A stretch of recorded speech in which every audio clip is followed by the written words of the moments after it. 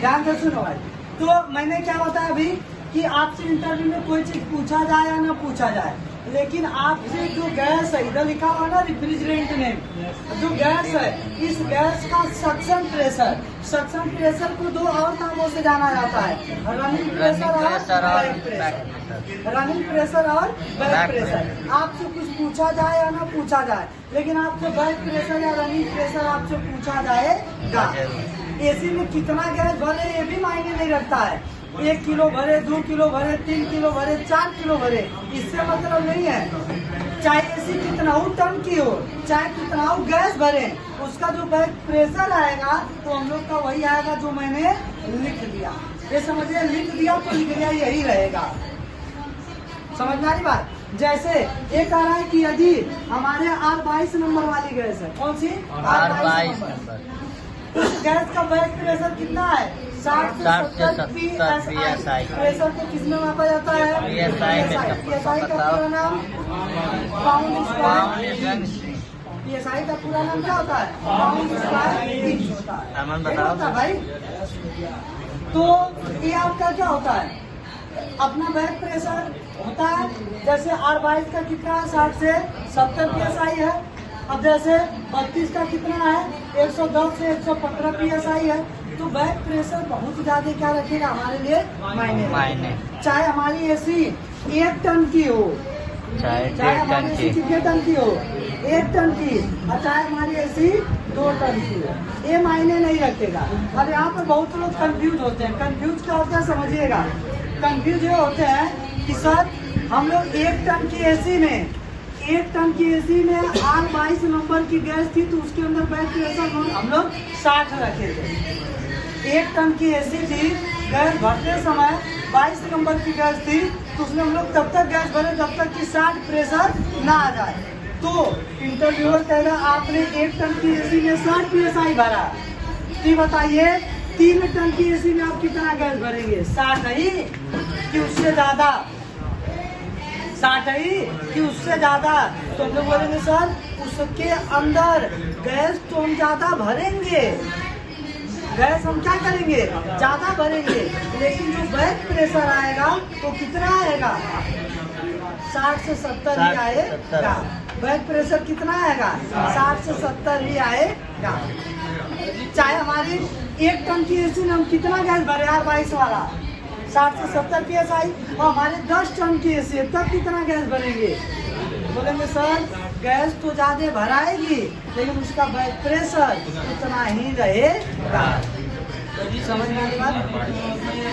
हाँ भाई। हाँ, अगर फ्रिज में भी हमारे 22 नंबर की गैस डाल है तो बैक प्रेशर कितना रहेगा 60 से 70। ये नहीं है कि उसमें कितना डाली जा रही है। एग्जाम्पल समझिए, 3 एग्जाम्पल कम से कम। पहला मान लेते हैं हम लोग का छोटा सा बैलून है, एक हम लोग का छोटा सा बैलून है और एक हम लोग का बहुत बड़ा बैलून है। जो 1 रुपया वाला हम लोग खरीदते हैं दुकान से ये वाला है, अरे जो देखिए आप लोग नरौली वगैरह पर बड़ा वाला सब बेचते हैं ना बैलून, 15 रुपया का, 15-20 रुपया का बेचते हैं। अब ये अपनी सोचिए इसके अंदर मैं थोड़ा सा हवा भरूंगा, कितना हवा, थोड़ा सा हवा भरूंगा, इसमें प्रेशर उत्पन्न हो जाएगा कि नहीं? इसके अंदर मैं बहुत थोड़ा से ही हवा भरूंगा, इसके अंदर बहुत ज्यादा प्रेशर उत्पन्न हो जाएगा कि नहीं? लेकिन इस बड़े वाले में हम उतना ही हवा भरे जितना इस छोटे वाले में भरे थे, तो क्या इसमें प्रेशर हो पाएगा? उतना तो इसको खाली सीधा होने में लगेगा, उतना इसको खाली सीधा होने में लगेगा, उतना प्रेशर हो पाएगा नहीं। लेकिन इसके अंदर मैं क्या करूंगा ज्यादा प्रेशर भरूंगा, ज्यादा हवा भरूंगा, तब इतना इसमें प्रेशर है तब इतना में इसमें प्रेशर आएगा। समझ में आ रही बात? Yes sir. जैसे कहने वाला छोटे गुब्बारे में हम लोग कम हवा भरे, प्रेशर पूरा हो गया, इसमें ज्यादा भरेंगे तब उतना प्रेशर होगा। दूसरा एग्जाम्पल, पाइप में हम लोग हवा कितना भरते हैं 35 से 40, 30 से 40, 35 से 40। 4 व्हीलर में कितना भरते हैं पता नहीं सर। भरवाए हैं, अंतपुती मार रहे हैं, ऐसा नहीं है। हाँ, 4 व्हीलर का टायर बड़ा होता है, लेकिन हवा का जो प्रेशर रहेगा वो कितना रहेगा, उतना ही रहेगा जितना कि हमारे 2 व्हीलर में 35-40 उसमें भी रहता है। ट्रक में कितना रहेगा, बहुत ज्यादा नहीं, ये नहीं है कि 180-200 नहीं, वही 40 बहुत ज्यादा तो 50-60 हो जाएगा, उससे ज्यादा नहीं होता है। लेकिन उसमें क्या है, हवा ज्यादा भरी जा रही है। मामला ये है कि हवा ज्यादा भरी जा रही है, प्रेशर उतना ही है। अब साइकिल में तो हम लोग कभी चेक नहीं करते, उससे तो हाथ से चेक कर लेते हैं, लगभग उसका भी प्रेशर उतना ही रहेगा। तीसरा एग्जाम्पल, तीसरा मान लेते हैं कि 2 आदमी हैं खाने वाले, अच्छा खासा, एक जो रोज का खाली कितना खाता है, 2 रोटी खाता है, एक जो रोज का 2 रोटी खाता है, और एक जो रोज का 10 रोटी खाता है। अब आप अपने सोचिए, जैसे इसको 2 रोटी हम लोग देंगे, मतलब उसके अंदर कम ही हम लोग खाना भरेंगे, उसके अंदर फुल प्रेशर, कौन काम करना चलो करें, जितनी उसकी औकात रहेगी, कौन काम करना चलो हम करें, उसका फुल प्रेशर आ गया। लेकिन ये जो 10 रोटी रोज का खाता है, इसकी कैपेसिटी ज्यादा है। अब ज्यादा होने के कारण इसको अगर 2 रोटी आप देंगे तो उसका प्रेशर उत्पन्न हो पाएगा नहीं, प्रेशर हो पाएगा नहीं। उसको कितना चाहिए, 10, तब उतना प्रेशर आएगा, कितना काम करने योग्य।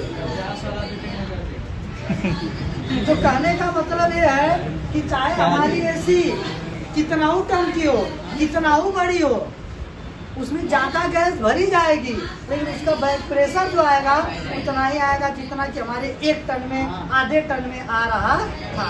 क्लियर है कि नहीं? क्लियर है?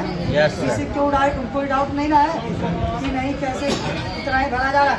गैस ज्यादा भरी जाती है, लेकिन रहता उतना ही। समझ में आ रही बात? हो जाएगा। अब देखिए, इसको आपको याद करना पड़ेगा। अब 410 नंबर की गैस है तो उसका बैक प्रेशर 120 से 130, तो आपको याद रहे चाहे कितना हो टन एसी, अगर उसके अंदर 410 नंबर की गैस भरी जा रही है तो उसमें आप कितना रखेंगे, 110 से 120 से 130। गैस कितना भर रहे हैं मायने नहीं है, उसका बैक प्रेशर उसका मायने करता है। क्लियर है? हो जाएगा। और गैस भरते समय हमेशा हम लोग क्या करते हैं, प्रेशर देखा जाता है।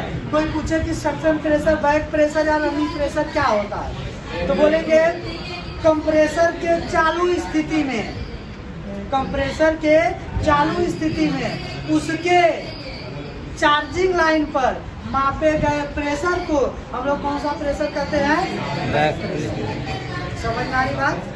कंप्रेसर के चालू स्थिति में उसके चार्जिंग लाइन पर मापे गए प्रेशर को हम लोग कौन सा प्रेशर कहते हैं, बैक प्रेशर कहते हैं। क्लियर है? हो जाएगा। चालू समय जब कंप्रेसर चल रहा हो, नमोज पता चल जाएगा, अरे भाई इसको रनिंग भी करते हैं। रनिंग मतलब जिस टाइम गैस हमारी रन कर रही है, दौड़ रही है, अर्थात दौड़ेगी कब, जब कंप्रेसर चालू रहेगा तब। क्लियर है? हो जाएगा। इसके बगल में कौन सा प्रेशर है, स्टैंडिंग प्रेशर। स्टैंडिंग मतलब रुका हुआ, खड़ा हुआ। इस प्रेशर को हम लोग कब मापते हैं, गैस भरते